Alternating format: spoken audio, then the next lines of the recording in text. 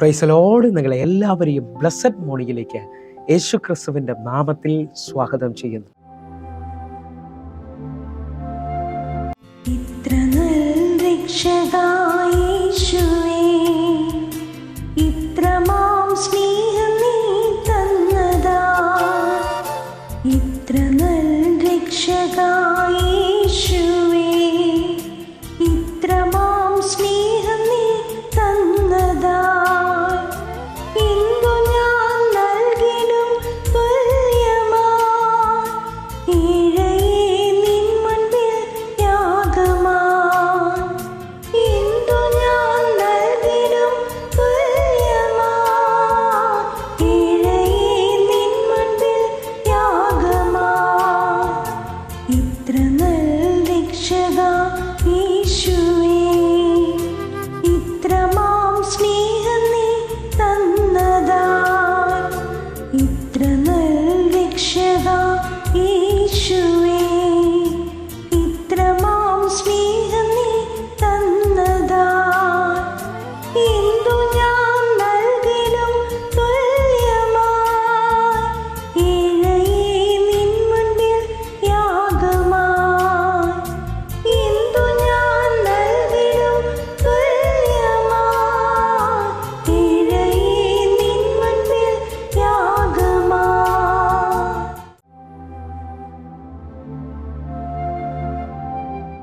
പ്രിയരെ, അനുഗ്രഹിക്കപ്പെട്ട ഒരു പ്രഭാതം കൊണ്ട് നമ്മുടെ ജീവിതത്തിൽ അനുവദിച്ചു തന്ന വലിയവനായ ദൈവത്തെ നമുക്ക് ഒരുമിച്ച് ചേർന്ന് നന്ദി പറയാം. എത്ര പേർ പറയും ഞാൻ നിന്നതല്ല, എൻ്റെ ദൈവം നിർത്തിയതാണ്.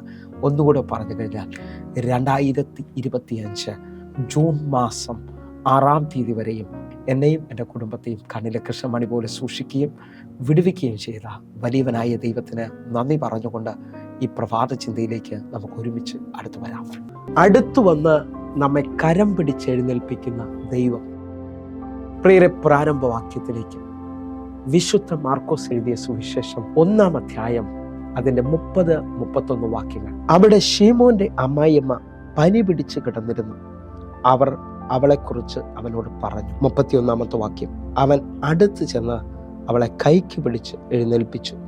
പനി അവളെ വിട്ടുമാറി. അവൾ അവരെ ശുശ്രൂഷിച്ചു. പ്രിയരെ, പ്രഭാതത്തിൽ ദൈവം നമ്മോട് ഇടപെട്ട അനുഗ്രഹിക്കപ്പെട്ട വചനത്തിനായി നമുക്ക് ഒരുമിച്ച് ചേർന്ന് ദൈവത്തിന് നന്ദി പറയാം. എൻ്റെ കൂടെ എത്ര പേർ ഈ പ്രഭാതത്തിൽ ദൈവത്തിന് നന്ദി പറയും? ഞാൻ നിങ്ങൾ വായിച്ചു കേട്ട വചനം എനിക്ക് നിങ്ങൾക്ക് സുപരിചിതമാണ്. പത്രോസിന്റെ അമ്മായിയമ്മേ, പനിയായി കിടക്കുന്ന ആ മകളെ എൻ്റെ കർത്താവ് അടുത്ത് ചെന്ന് കരം പിടിച്ചെഴുന്നേൽപ്പിക്കുന്ന ഭാഗമാണ് ഞാൻ നിങ്ങൾ കേട്ടത്. ഒന്നുകൂടെ അതിൻ്റെ ആഴ ശ്രദ്ധിക്കാമെങ്കിൽ, കർത്താവിനോട് അവളെക്കുറിച്ച് അവളുടെ അവസ്ഥ പറയുകയാണ്.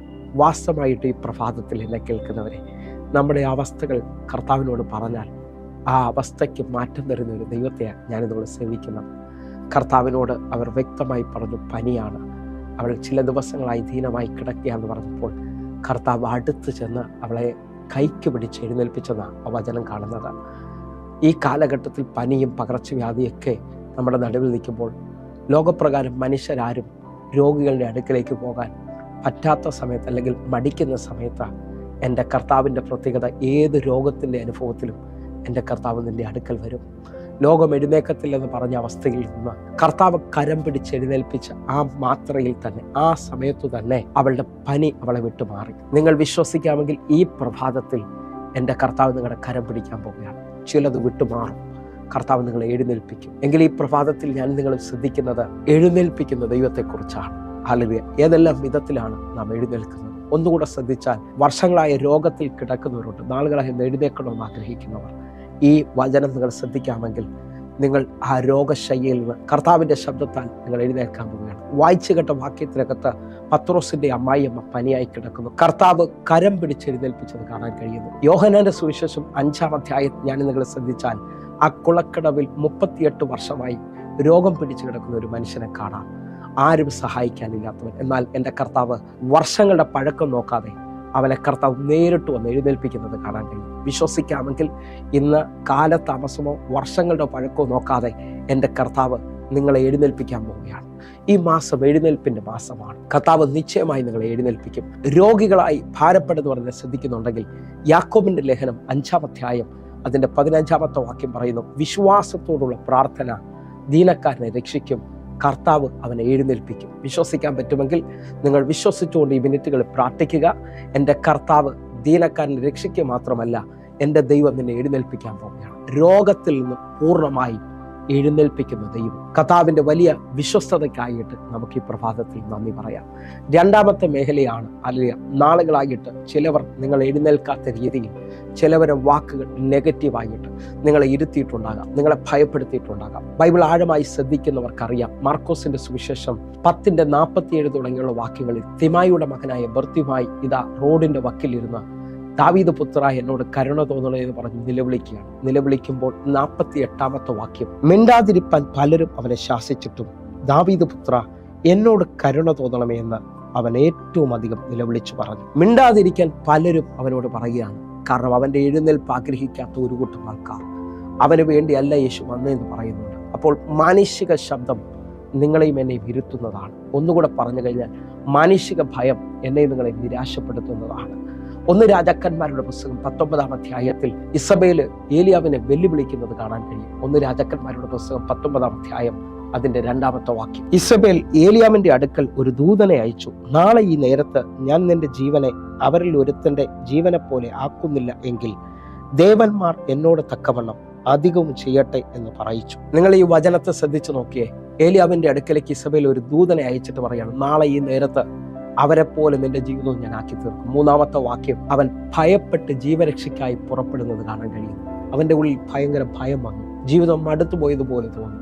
ഇന്നും അനേകരുടെ വാക്കുകൾ, നിങ്ങളുടെ ജോലി സ്ഥലത്ത് നിങ്ങളുടെ മേലധികാരികൾ നിങ്ങളെ ഭയപ്പെടുത്തിയിട്ടുണ്ടാകാം. നിങ്ങളുടെ അയലത്തുകാർ, നിങ്ങളുടെ ബന്ധുക്കാർ ചില ശാപവാക്കുകൾ പറഞ്ഞ് നിങ്ങളുടെ വാതിലുകൾ അടച്ചിട്ടുണ്ടാകാം. എന്നാൽ ദൈവത്തിന്റെ ശബ്ദം നിന്നെ എഴുന്നേൽപ്പിക്കുന്നതാ.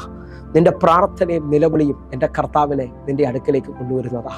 നിങ്ങൾ നോക്കേ, തിമായിയുടെ മകനായ ബർത്തിമായി യേശുവേ ദാവീദ് പുത്ര എന്നോട് കരുണ തോന്നണമെന്ന് പറഞ്ഞപ്പോൾ അനേകർ അവനോട് പറഞ്ഞു മിണ്ടാതിരിക്കാൻ. എന്നാൽ അവന്റെ നിലവിളി അധികമായപ്പോൾ, അവന്റെ നിലവിളിയുടെ ശബ്ദം ഉയർന്നപ്പോൾ യേശു കർത്താവ് നിന്നു, അവനെ വിളിക്കുവാൻ പറഞ്ഞു. വിശ്വസിക്കാമെങ്കിൽ ഈ പ്രഭാതത്തിൽ എൻ്റെ കർത്താവ് നിന്റെ വാക്കിനകത്ത് ഉത്തരമരുളാൻ പോവുകയാണ്, നിന്നെ എഴുന്നേൽപ്പിക്കാൻ പോവുകയാണ്. 3-ാമത്തെ ഭാഗം ശ്രദ്ധിക്കാൻ പറ്റുമെങ്കിൽ ശ്രദ്ധിച്ചോ. നിങ്ങളുടെ കടബാധ്യതയിൽ നിന്ന്, നിങ്ങളുടെ താഴ്ചയിൽ നിന്ന് എൻ്റെ കർത്താവ് നിങ്ങളെ എഴുന്നേൽപ്പിക്കാൻ പോകും. 113-ാം സങ്കീർത്തനം അതിന്റെ 7-ാമത്തെ വാക്യം, അവൻ എളിയവനെ പൊടിയിൽ നിന്ന് എഴുന്നേൽപ്പിക്കുകയും ദരിദ്രനെ കുപ്പയിൽ നിന്ന് ഉയർത്തുകയും ചെയ്തു. വിശ്വസിക്കാമെങ്കിൽ ഈ പ്രഭാതത്തിൽ ഈ വാക്യത്തെ സ്വീകരിക്കുക. നാളുകളായി കടബാധ്യതയിൽ നിൽക്കുന്നവർ, സാമ്പത്തികമായി വഴി തുറക്കാത്തവർ ഈ പ്രഭാതത്തിൽ ഈ വാക്യത്തെ ഏറ്റെടുക്കണം. അവൻ എളിയവനെ പൊടിയിൽ നിന്ന് എഴുന്നേൽപ്പിക്കുകയും ദരിദ്രനെ കുപ്പയിൽ നിന്ന് ഉയർത്തുകയും ചെയ്യും. നിങ്ങൾ വിശ്വസിക്കാമെങ്കിൽ സ്ഥിതിക്ക് മാറ്റം വരുത്തുന്ന, സാമ്പത്തികമായി ഉയർച്ച തരുന്ന, അവസ്ഥകൾക്ക് മാറ്റം വരുത്തുന്ന ദൈവം ഇന്ന് നിങ്ങളെ എഴുന്നേൽപ്പിക്കാൻ പോകുക. 4-ാമത്തെ ചിന്ത, അഭിഷേകം നിന്റെ മേളിൽ വന്നാൽ നീ എഴുന്നേറ്റിരിക്കും.